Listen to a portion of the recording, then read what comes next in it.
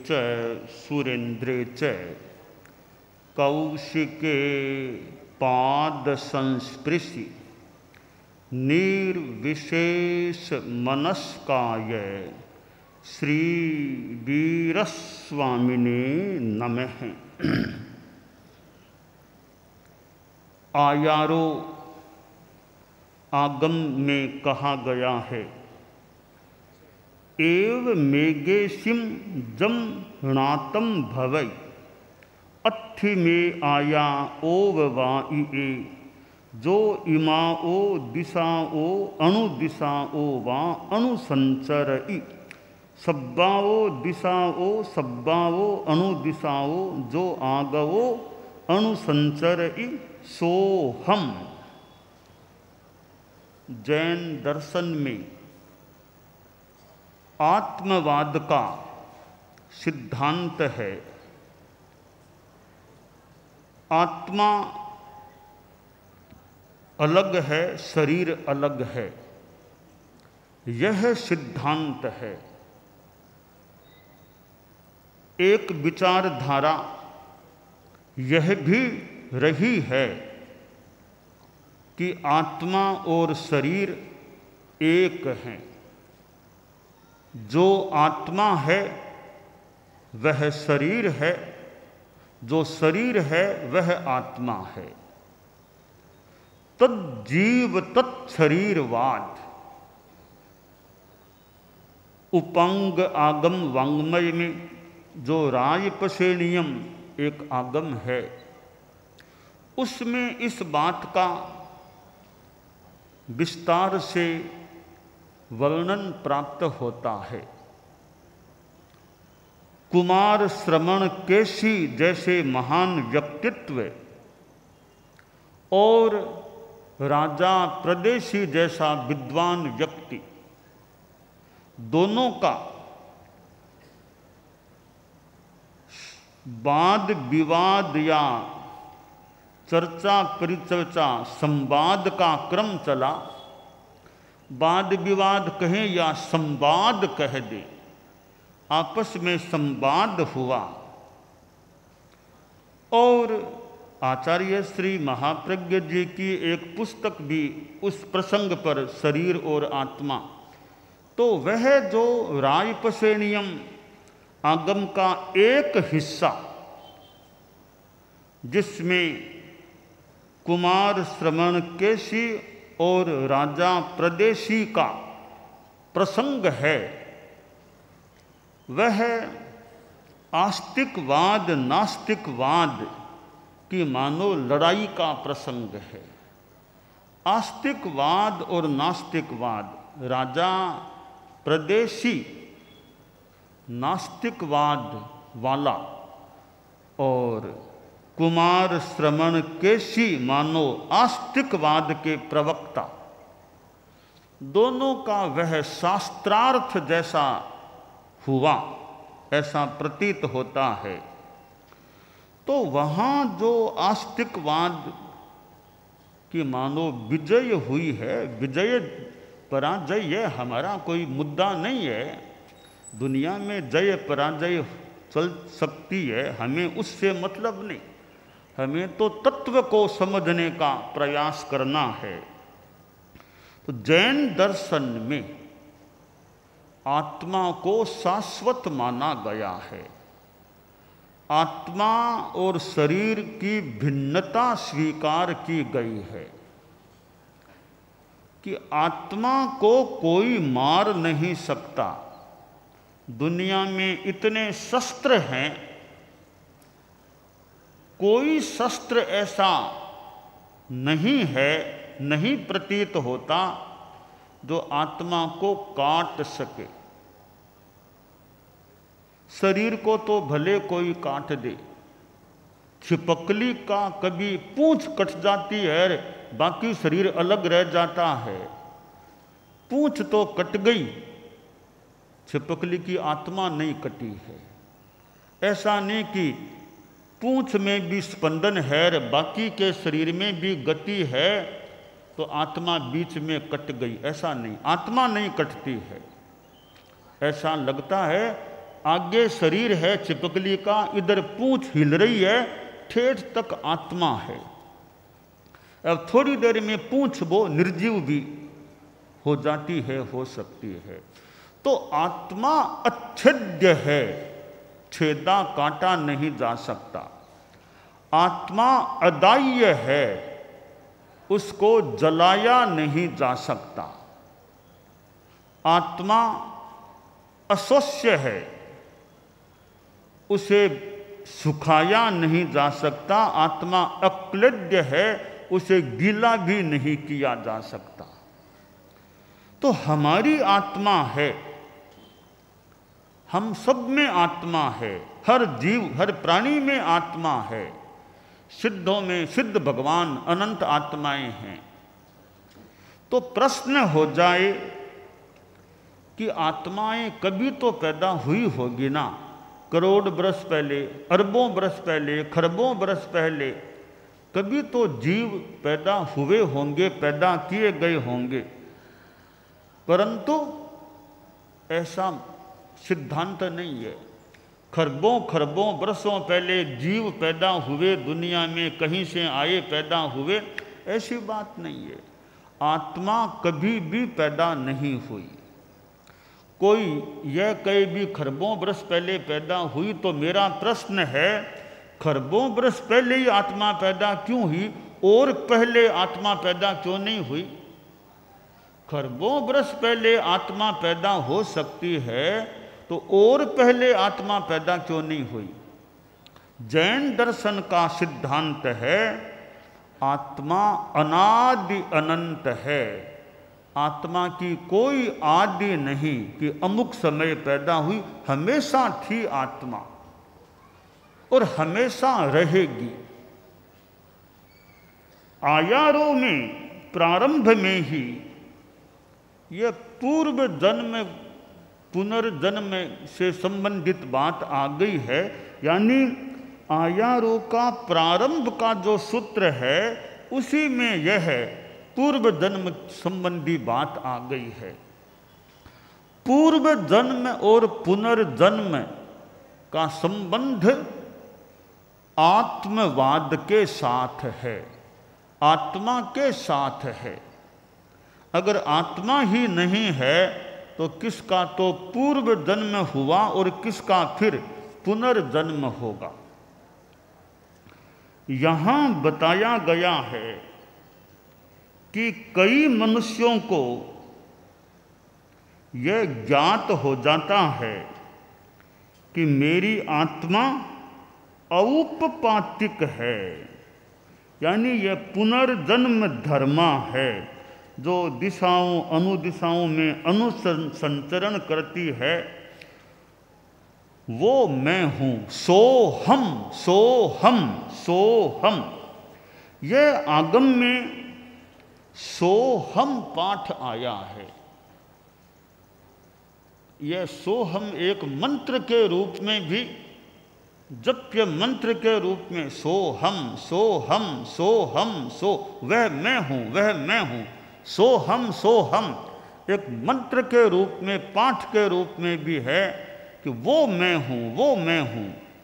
यहाँ तो एक आगम के पाठ में सहजतया सो हम आ गया है। अब जो पूर्व जन्म है और पुनर्जन्म है, कई मनुष्यों को पूर्व जन्म की स्मृति हो जाती है, ऐसी बात जानने में आती है। परंतु लगता है पुनर्जन्म कहाँ होगा, यह बात संभवतः बहुत कम ज्ञात होती होगी। अनेक दृष्टांत प्रसंग पूर्व जन्म स्मृति के तो मिलते हैं। कई लोग वर्तमान में भी कहते हैं कि हमें पिछले जन्म का ज्ञान हो गया, दिख गया, पर अगले जन्म का ज्ञान हो गया, यह बात संभवतः सुनने में कम आती है। तो क्योंकि पूर्व की तो स्मृति हो सकती है, आगे की स्मृति तो होती नहीं है, वो तो कोई ज्ञान हो तो हो जाए। प्रश्न होता है कि पिछला जन्म हमें याद नहीं है, तो फिर वो कैसे हो सकता है? याद नहीं है उसको कैसे माने कि पिछला जन्म भी होता है। तो मेरा एक कथन है कि याद नहीं है इसलिए नहीं है, यह बात ठीक नहीं बैठ सकती। क्यों नहीं बैठ सकती? तो मेरा प्रश्न है, हम सब बैठे हैं, जब हम 2 दिन के थे, जन्म हुआ, हम 2 दिन के थे, वो जन्म का दूसरा दिन आपको और हमें याद है क्या कि मैं दूसरे दिन वहां था? ऐसा किसी को याद है क्या? 2 दिन के हम बच्चे थे, वो हमें याद नहीं है। तो क्या हम 2 दिन के बच्चे कभी नहीं थे? याद नहीं है तो क्या हम 2 दिन के बच्चे नहीं थे? बच्चे तो थे कभी। इसका मतलब याद है या नहीं, यह कोई आधार नहीं बनता। याद न होने पर भी घटना हो सकती है। तो पिछला जन्म हमें याद नहीं है तो भी हो सकता है। पूर्व जन्म किस प्रकार ज्ञात होता है? आयारों में 3 हेतु बताए गए हैं कि पूर्व जन्म की जो स्मृति होती है, 3 यानी जानकारी मिलती है 3 प्रकारों से। एक तो सह सम्मुयाय, दूसरी पर वागरणेणम, तीसरी बात अन्य सिंहवा अंत्ये सोचा। स्व स्मृति, खुद को स्मृति हो जाए कि हाँ मैं पिछले जन्म में वह था, जहाँ हम पिछले जन्म में थे वहाँ कभी जाना हो जाए, और वे घर, वे दुकान आदि चीज़ें देखते हैं तो थोड़ा दिमाग में आंदोलन होता है कि ये चीज़ें तो कभी मैंने देखी थी, ये चीज़ मैंने कभी देखी थी, यह तो मेरा कोई परिचित स्थान है। थोड़ा और गहराई में जाते हैं, इहा अपोह मार्गणा गवेषणा आदि प्रक्रिया होती है, और मानो भीतर का पट हटता है, हमें पिछला जन्म साक्षात दिखाई दे सकता है। तो स्मृति हो जाती है। उस स्थान पर जाने से भी कभी स्मृति, या ऐसे आदमी को देखा जो पिछले जन्म में निकट का रहा हुआ है, अब उसको देखने से भाई कि ऐसा ये आदमी, या किसी साधु को देखा कि ऐसा साधु, ऐसा तो मैंने पहले भी कभी देखा है, पहले भी कभी देखा है। जो गहराई में जाता है, पिछला जन्म का पर्दा हटता है। हाँ, अरे मैं तो साधुओं के पास रहने वाला था, साधुओं के संगत में रहता था। वो देखने से पिछली स्मृति हो सकती है। तो स्व स्मृति, अपनी स्मृति के द्वारा हम पिछले जन्म का ज्ञान कर सकते हैं। दूसरा कारण है पर वागरणेणम, तीर्थंकर भगवान, उनसे हम पूछें भगवान मैं पहले क्या था, वो बता दें तुम पिछले जन्म में ये थे। तो हमें तीर्थंकर से जानकारी, उनके उत्तर से, उनके व्याकरण से हमें जानकारी मिल सकती है कि मैं पिछले जन्म में वहाँ था, वैसा था। अन्य सिंहवा अंत्ये सोचा, तीसरा कारण है कि तीर्थंकर के सिवाय और जो ज्ञानी हैं, केवली हैं, विशेष ज्ञानी हैं, वो बताएं कि तुम पहले वहाँ थे, ये वहाँ था। उनसे सुनकर के भी वह पिछले जन्म की जानकारी, या तीर्थंकर आदि से किसी ने सुना, उसने बता दिया कि आपके बारे में बताया है, आप अमुक थे, यूँ हमें पिछले जन्म की जानकारी मिल सकती है।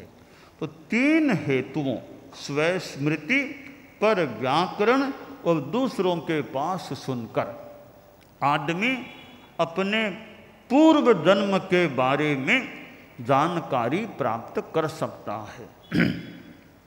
अब सामान्य आदमी है, उसे कोई पिछले जन्म का ज्ञान नहीं है, न स्व स्मृति है, दूसरों की बात पर भरोसा नहीं, दूसरों ने मान लो बताया भी नहीं, तो क्या करें? अब कैसे माने कि पिछला जन्म भी था या पुनर्जन्म होता है, इस बात पर भरोसा कैसे करें? किताब में तो भले पढ़ लें कि भाई होता है, पर विश्वास हर बात पर हम कैसे करें? हमें साक्षात जानकारी है नहीं। पूर्व जन्म का ज्ञान होने से आदमी असत्य से निवृत्त हो सकता है, पापों से बचने का प्रयास कर सकता है, और सत्य में प्रवृत्ति, असतो निवृत्ति ही, सत्य प्रवृत्ति ही, श्रद्धा यहाँ प्रगाढ़ता। पूर्व जन्म की स्मृति अथवा पूर्व जन्म का ज्ञान होने से असत्य से निवृत्ति, पापों से निवृत्ति हो सकती है, और सत्य अच्छे कार्य में प्रवृत्ति हो सकती है। और आत्मा है, शरीर और आत्मा अलग अलग हैं, इस बात पर श्रद्धा की प्रगाढ़ता भी हो सकती है। तो पिछले जन्मों का ज्ञान होता है, तो यहाँ बताया गया है कि पिछले जन्म में उत्कर्षतः पूर्ववर्तीनि नव संगी जन्मानि ज्ञातुम शक्यानि, कि उत्कृष्ट में यानी आदमी एक जन्म को देख ले, दो को देख ले, तीन को देख ले, चार को देख ले, पिछले 9 जन्मों तक जाना जा सकता है। 9 जन्म पिछले देखे जा सकते हैं। सेन प्रश्न में यह बात आई है। आचारांग वृत्ति में बताया गया है कि संख्येय भवों को जाति स्मृति ज्ञान वाला जान सकता है, अनेक जन्म जाने जा सकते हैं, किंतु असंगी का भव नहीं जाना जा सकता।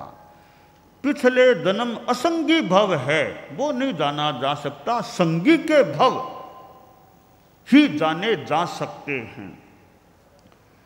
अब ये पिछले जन्म जाने जाते हैं, और पिछले जन्मों में किन के साथ क्या संबंध रहा, यूँ तो असत से निवृत्ति की बात है। कहीं कोई द्वेषी आदमी दिख गया, पिछले जन्म में इसने ऐसा किया था, तो पता नहीं मन में द्वेष का भाव भी जाग जाए कि यह तो मेरा दुश्मन है, इससे तो बदला लेना चाहिए। तो धर्म की भावना प्रगाढ़ हो सकती है, और कहीं कोई बदला लेने की भावना जाग जाए कि पिछले जन्म में ऐसा किया था, अब मौका आए तो मैं इससे बदला ले लूं। पूर्व जन्म स्मृति की बात है, पर उस पर विश्वास आम आदमी को कैसे हो? ठीक है, ग्रंथों से, शास्त्रों से पढ़कर, जानकर, बड़ों से सुनकर भले एक रूप हम विश्वास कर लें, पर साक्षात ज्ञान नहीं होने से इतना विश्वास न भी हो। आखिर आदमी नास्तिक क्यों बनता होगा? कि पिछला जन्म साक्षात दिखाई नहीं देता, तो आदमी अपनी बुद्धि से, चिंतन से कि नहीं, कुछ नहीं है, आत्मा नहीं है, पुनर्जन्म नहीं है, मोक्ष नहीं है, स्वर्ग नरक नहीं है, ऐसे नास्तिकवादी भी बन सकता है। तो हमें दिखता नहीं पिछला जन्म, तो हम विश्वास कैसे करें कि पूर्व जन्म होता है? ठीक है, थोड़ी संशय की स्थिति तो रह सकती है। एक मार्गदर्शन दिया गया है कि ये संदेह की स्थिति है, पिछला जन्म है यह भी कैसे कहा जाए, पिछला जन्म और पुनर्जन्म नहीं है यह भी कैसे कहा जाए। अब क्या करें? हम तो मान लो आदमी संशय में है। एक श्लोक संस्कृत में आता है, उसमें मार्गदर्शन दिया गया है इस विषय में। श्लोक इस प्रकार है, संदिग्धेपि परे लोके, संदिग्धेपि परे लोके, त्याज्य मेवा शुभम बुधै, त्याज्यमेवा शुभम बुधै अथवा कार्यमेव शुभम बुधै, कार्यमेव शुभम बुधै, संदिग्धेति परे लोके त्याज्यमेवा शुभम बुधै अथवा कार्यमेव शुभम बुधै, यदि नास्ति ततः किं स्यात्, यदि नास्ति ततः किं स्यात्, अस्ति चेन्न नास्तिको हतः, अस्ति चेन्न नास्तिको हतः। इस श्लोक में मार्गदर्शन यह दिया गया है कि परलोक में तुम्हारे मन में संदेह है कि परलोक है या नहीं, परलोक के विषय में संदेह हो कि क्या पता पुनर्जन्म है कि नहीं, कहने वाले सच कहते हैं झूठ बात करते हैं, क्या पता ग्रंथों में सही बातें हैं झूठी बातें डाल दी, क्या पता, कि तुम्हारे मन में ऐसा संदेह है कि पुनर्जन्म होता है यानी क्या पता। एक काम करो कि तुम अपराध पाप गंदे काम बुरे काम वो छोड़ दो, बुरे काम मत करो जिंदगी में, और जितना हो सके अच्छे काम करो। इससे क्या होगा कि तुम बुरे कामों से बचकर के रहते हो, अच्छे काम शुभ काम करते हो, ठीक है। अब मान लो पुनर्जन्म नहीं है, मान लो एक बार मान लो नहीं है, तो तुमने तो अच्छा जीवन जिया है, पाप विशेष नहीं किए, शुभ काम किए, नुकसान क्या हुआ? आगे कुछ भी नहीं है, तुमने अच्छा जीवन जिया, बुरे काम नहीं किए, शुभ काम किए, इसमें नुकसान क्या हुआ? तुम्हारा यह जीवन तो अच्छा बीता ना, आगे का है कि नहीं, यह जीवन तो सामने है ही है, यह जीवन तो अच्छा जियो, किसी को दुख मत दो, फालतू ज़्यादा गुस्सा करके किसी को परेशान मत करो, कलह मत करो, नशा मत करो, बेईमानी मत करो, धोखा मत दो, जितना हो सके धर्म स्वाध्याय आदि करो, तो बुरे काम से बचो और अच्छे काम करो। अगर पुनर्जन्म नहीं भी है, आत्मा नहीं भी है, स्वर्ग नरक नहीं भी है, तो भी तुम्हारा नुकसान क्या हुआ? अच्छा जीवन जिया, अच्छा जीवन जीओगे तो शांति में रह सकोगे। पाप करोगे, बुरे काम करोगे, कभी जेल में जाना पड़े, कभी कोर्ट में जाना पड़े, कभी पुलिस थाने में जाना पड़े, और कोई मारे पीटे, तो अच्छा जीवन जिया तो सुख का जीवन जिया, शांति का जीवन जिया, तो नुकसान क्या, कुछ लाभ होने की संभावना हो सकती है। अब मान लो कि दूसरा पक्ष है, पुनर्जन्म है, अगर वो बात सही है तो तुमने पाप विशेष नहीं किए, अच्छे कर्म किए, तो अगली गति आशा करो, सुगति मिलेगी, दुर्गति से बचाव हो जाएगा। तो बुरा काम नहीं करना और अच्छा काम करना, पुनर्जन्म है तो बढ़िया है ही है, पुनर्जन्म नहीं भी है तो भी नुकसान वाली बात नहीं है। आचार्य जी विहार कर रहे थे, शरीर भारी था थोड़ा, और ये रेतीले मार्गों से चल रहे थे, पद यात्रा हो रही थी। एक नास्तिकवादी या एक विद्वान आदमी जो आचार्य जी के प्रति एक सद्भावना, भक्ति भावना या प्रेम भावना रखने वाला था, वह मिलने के लिए आया। आचार्य जी बैठे थे, वह आदमी सामने आकर बैठ गया, नमस्कार किया, वंदन किया, थोड़ी बात शुरू हुई तो वह भक्त आदमी बोला, आचार्य जी मुझे बड़ा कष्ट होता है, आपको देखकर मुझे कष्ट होता है। क्यों? कष्ट किस बात का? कि मुझे सहानुभूति होती है कि आपका शरीर भारी है, फिर आप रेतीले मार्गों में यात्रा करते हो, शरीर पसीना पसीना आपका हो जाता है, और रात को आपको पानी भी नहीं पीना, और भी परिसह कष्ट हैं। आचार्य जी ये सारे कष्ट आप फालतू में झेलते हो, आगे कुछ नहीं है, आत्मा आत्मा कुछ नहीं है, स्वर्ग नरक कुछ नहीं है, आप क्यों फालतू कष्ट झेलते हो? आराम से रहो ना आप, हमारी तरह क्यों ये साधुपन के कष्ट भोगते हो? मुझे इस बात का दुख होता है कि आप कितना कष्ट भोगते हो, फालतू का कष्ट भोगते हो, आगे पीछे कुछ नहीं। आचार्य जी, मेरी बात आप सुन लो। आचार्य जी भी यूँ तत्ववेत्ता थे। तो आचार्य जी बोले कि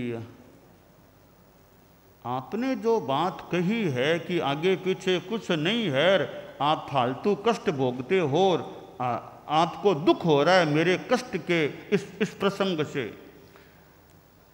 तो ऐसा है, मेरी एक बात आप सुनिए। 1 मिनट के लिए का, हालांकि मैं तो, आचार्य जी बोले, मैं तो आत्मा को मानने वाला हूँ, मोक्ष में विश्वास करने वाला हूँ, तपस्या का फल मिलेगा ये मानने वाला हूँ, पर 1 मिनट के लिए आपकी बात को सामने रखें कि आगे पीछे कुछ नहीं है, इस बात पर चर्चा करें। तो आगे पीछे कुछ मान लो नहीं है, तो हम तो साधु हैं, बड़ा शांति का जीवन है, वो दिमाग में विशेष कोई तनाव नहीं, अच्छा आनंद, आत्मिक आनंद का जीवन है, न कोई परिवार वाली वो चिंता है, न कमाई की चिंता, न पैसे की चिंता, और न रेड पड़ जाएगी वो कोई हमें चिंता है। हमारे पास रेड वाले आके भी क्या देखेंगे, पैसा है नहीं, वो कोई चिंता नहीं है।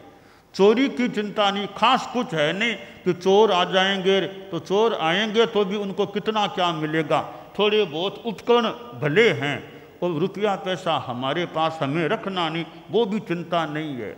हम तो तनाव मुक्त प्रायः शांति का जीवन जी रहे हैं, बस भिक्षा से जो मिल जाए उसमें संतुष्ट हैं। न हमें एसी चाहिए, न हमें कार चाहिए, इच्छाएं बहुत सीमित या बहुत कम इच्छाएं हैं, तो हम तो शांति का जीवन, हम साधु का जीवन जी रहे हैं। आप गृहस्थों से तो कहीं ज़्यादा हमारा जीवन सुख और शांति, आध्यात्मिक आनंद का है। भले आगे कुछ नहीं भी हो, यह जीवन हमारा अच्छा यूँ बीत रहा है। अब अगली बात सुनिए, हमारी बात अगर सही है कि आत्मा है, पुनर्जन्म है, स्वर्ग नरक है, पुण्य पाप का फल है, तो आपका क्या होगा?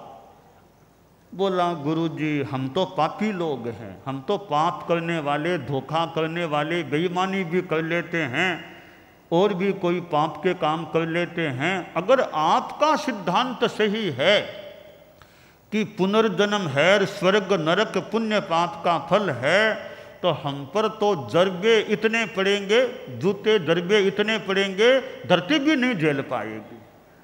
तो आचार्य जी बोले, फिर तो हम ठीक है ना कि पुनर्जन्म नहीं है तो भी हमारा रास्ता आनंद का है, पुनर्जन्म है फिर तो हमारी तपस्या का फल हमें मिलेगा ही मिलेगा, यह पूरी आशा और विश्वास है। तो पुनर्जन्म है या नहीं, यह एक संदेह का विषय हो सकता है। तो इस विषय में यह बड़ा एक सुंदर मार्गदर्शन है कि पुनर्जन्म है तो ठीक, नहीं है तो ठीक, तुम जीवन अच्छा जियो, जीवन में अहिंसा का पालन करो, जीवन में ईमानदारी का ध्यान रखो, जीवन में व्यसनों से मुक्त रहने का प्रयास रखो, अच्छा स्वाध्याय आदि करो, हो सके तो दूसरों का आध्यात्मिक भला करने का प्रयास करो। तो ऐसा करोगे तो पुनर्जन्म है तब तो लाभ है ही है, पुनर्जन्म नहीं भी है तो भी तुम्हारा नुकसान खास क्या हुआ, अच्छा जीवन जिया है। तो यह आयारो आगम जो है, इसमें प्रारंभ में ही यह पूर्व जन्म की बात बताई गई है कि पूर्व जन्म कहाँ था, यह कई लोगों को पता नहीं होता, बहुतों को पता नहीं पड़ता। कोई आदमी जान लेता है कि मैं पिछले जन्म में कहाँ था और मैं कहाँ से यहाँ आया हूँ। और यह मनुष्य जन्म में मिलना बहुत बड़ी बात है, बहुत महत्वपूर्ण बात है। कितनी योनियाँ हैं, घोड़ा, गाय, सांप, बिच्छू, कीड़े मकोड़े, वनस्पति, पृथ्वी, पानी, अग्नि, वायु आदि आदि कितनी योनियाँ हैं। देवों की भी योनि है, नारक भी हैं। हमें यह मनुष्य जीवन अभी प्राप्त है। मनुष्य जीवन को बड़ा महत्वपूर्ण स्थान प्राप्त है, क्योंकि मोक्ष की प्राप्ति इस मनुष्य जीवन से ही हो सकती है। इतने देव हैं, देवों की आसाधना न हो, अनुत्तर विमान के देव हैं। नवग्रैवयक हमारे उपासक उपासिकाएं तत्व जान कि नवग्रैवयक और अनुत्तर विमान अभव्य जीव होता है। अभव्य जीव भी नवग्रैवयक तक जाकर पैदा हो सकता है, इतना ऊंचा जा सकता है। अभव्य जीव मोक्ष में कभी नहीं जा सकता। अभव्य जीव कभी साधु संस्था में भी आ जाए, साधु के रूप में क्रिया करने लग जाए, ऊंचे देवगति में तो जा सकते, ऊंचे नवग्रैवयक तक भी चला जाए, मुक्ति में वह कभी नहीं जा सकता। तो देव जो अनुत्तर विमान में हैं, कितने ऊंचे मोक्ष से मानो निकट हैं, पर वे भी सीधे वहां से मोक्ष में नहीं जा सकते।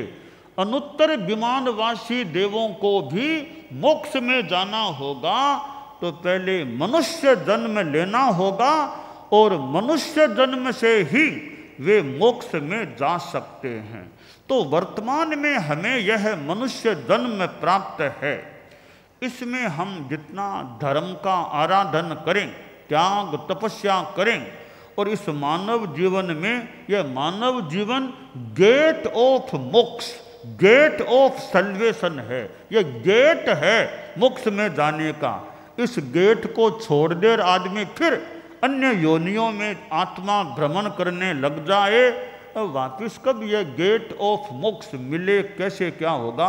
वर्तमान में तो हमें यह मनुष्य जीवन जो प्राप्त है, इसका हमें लाभ उठाना चाहिए। और फिर यह चतुर्मास का समय अभी चल रहा है, और चतुर्मास में तो त्याग तपस्या, ये पता नहीं कितनी अठाइयों के पालने, कल वो संभवतः बहुत कई पालने हुए होंगे, और भी कई लोग यूँ तपस्या में लगता है आगे बढ़ रहे हैं, प्रत्याख्यान करते हैं। तो तपस्या भी अब थोड़ा थोड़ा कदम आगे बढ़ाएं कि मास खमन इतने मास खमन कराएंगे या प्रयास करेंगे, ठीक है, जितने हों उतने हो जाएं। कोई हमारे हुड़ी नहीं कर इतने करने हो जाए, प्रयास कर सकते हैं, परंतु कदम कदम के 28 हो गई, कभी एक दिन और देखते हैं 9 हो गए, ठीक है, एक दिन और आगे और आगे, जो एक एक एक एक कदम बढ़ते बढ़ते आदमी काफी दूर तक पहुंच सकता है। तो चतुर्मास में तपस्या का भी यो प्रयास जितना हो सके भी, जितना शरीर के, बाकी तो शरीर है, अनुकूलता अपने देखनी होती है। मेरे जितनी अनुकूलता है तो फिर चौमासे का मौका है, मौके पर कोई काम कई बार हो जाता है, मौके पर काम हो सकता है कि चौमासे का मौका, इतने चारित्रात्माएं यहाँ, तो जितना हो सके तपस्या में उपवास की बारियां है, मास खमन 15, जितना जिससे कोई ज़्यादा इसमें कोई हुड़ी वाली या ज़्यादा कोई फोर्स करने वाली वो कोई बात नहीं, तो जितना खुद से हो सके, और साधु साध्वियाँ संभालते रहें, दर्शन दे दिए, मंगल पाठ सुना दिया, थोड़ी पूछताछ कर ली, आगे कर सको तो बस थोड़ी प्रेरणा मिलने से, वो जैसे चक्का है उसमें हवा भर दो, हमारे वो साधन रखते हैं कि वो हवा भर दो, ठीक हो जाए। कि बीच में साधन खराब हो गया, थोड़ा कोई टेक्नीशियन और कोई या साधु भी जानकर ठीक ठाक किया, बाकी साधन चल सकता है। तो तपस्या करने वाला थोड़ा निराश हो जाए भाई 28 कर ली, अब तो पालना करूँगा, कल तो पालना करूँगा, कल तो पालना करूँगा। फिर कोई हवा भर दे, प्रेरणा की हवा भर दे, आध्यात्मिक प्रेरणा की हवा मिल जाए तो वो साधन और आगे चल सकता है, तपस्या और आगे बढ़ सकती है। तो यही नहीं, जहाँ हमारे पूरे भारत में बाहर भी साधु साध्वियाँ समणियाँ, उनके बिना भी श्रावक श्राविकाएँ हैं। तो चतुर्मास में जितनी तपस्या की भी आराधना हो सके वो करने का प्रयास, क्योंकि टाइम है, मौका है, प्रयास हो सकता है। चतुर्मास है तो जमीकंद के सेवन से जितना बचा जा सके, लहसुन, प्याज, शकरकंद, गाजर, मूली, ऐसे आलू भी मान लें, तो इन चीज़ों से, ये 6 चीज़ें, आलू मतलब लहसुन, प्याज, शकरकंद, गाजर, मूलार और ये आलू, 6 चीज़ों को भी चौमासे में तो इनके साग, इनका उपयोग नहीं करेंगे। बहुत लंबी अवधि नहीं है, चौमासे भी इन 6 चीज़ों का हम सेवन नहीं करेंगे भी, हमारी रसोई में ये न बने, कम से कम हम तो नहीं खाएं। तो यूँ ये जमीकंद के कुछ चीज़ों का भी त्याग कर दें तो भी, और जितना सचित आदि का जितना त्याग भी, रात्रि भोजन है, चौमासा है, पूरे चौमासे नहीं तो सावन भादवा 2 महीना या संवत्सरी तक रात में खाना नहीं खाना। कभी रात में तो ऑफिस से आते हैं तो खाना पड़ता है, 10 बजे के बाद मत खाना, कि ऑफिस में काम है तो ठीक है, नहीं कर सको, 10 बजे के बाद सूरज उगे तक खाना नहीं खाना। जो जितना हो सके रात्रि भोजन का भी परिहार किया जा सकता है।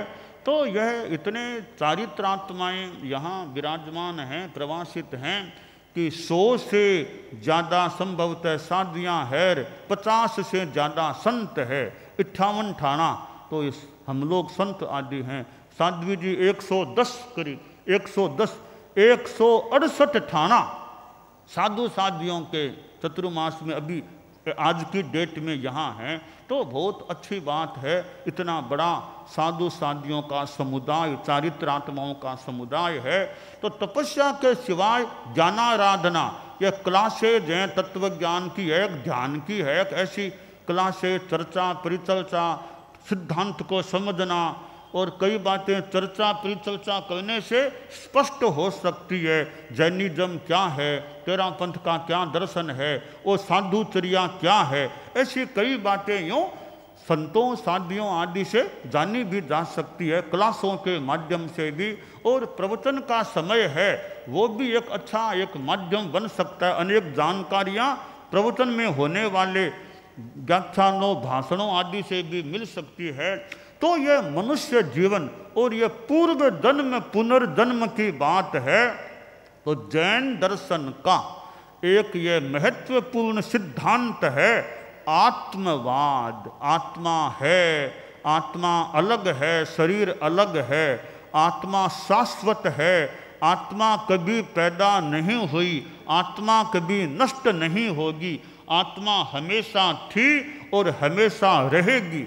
यह आत्मवाद का सिद्धांत है। यह पुनर्जन्म पूर्व जन्म की बात आत्मवाद से जुड़ी हुई बात है। तो पुनर्जन्म के बारे में संदेह भी हो तो भी आदमी को बुरे कार्यों से बचना चाहिए, अच्छे धार्मिक कार्य जीवन में करने चाहिए। पुनर्जन्म है तो ठीक, नहीं है तो ठीक, अच्छा काम करेंगे, बुरे कामों से बचेंगे, वो हमारे लिए और कुछ दूसरों के लिए भी अच्छा हो सकता है और हमारी आत्मा इससे पवित्र भी रह सकती है। तो यह चतुर्मास का समय है, इसमें जितना धार्मिक आध्यात्मिक लाभ उठाया जा सके, और यह परिषद से लगता है कितने लोग लाभ मानो ले ही रहे होंगे। और तपस्या में, तत्वज्ञान आदि आदि में जितना सूरत में चतुर्मास हो रहा है हमारा, और जगह जगह चतुर्मास हो रहे हैं, तो जहाँ जिनके चतुर्मास हैं उनके व्याख्यान आदि प्रेरणा आदि से लाभ उठाने का प्रयास हो, यह काम्य है।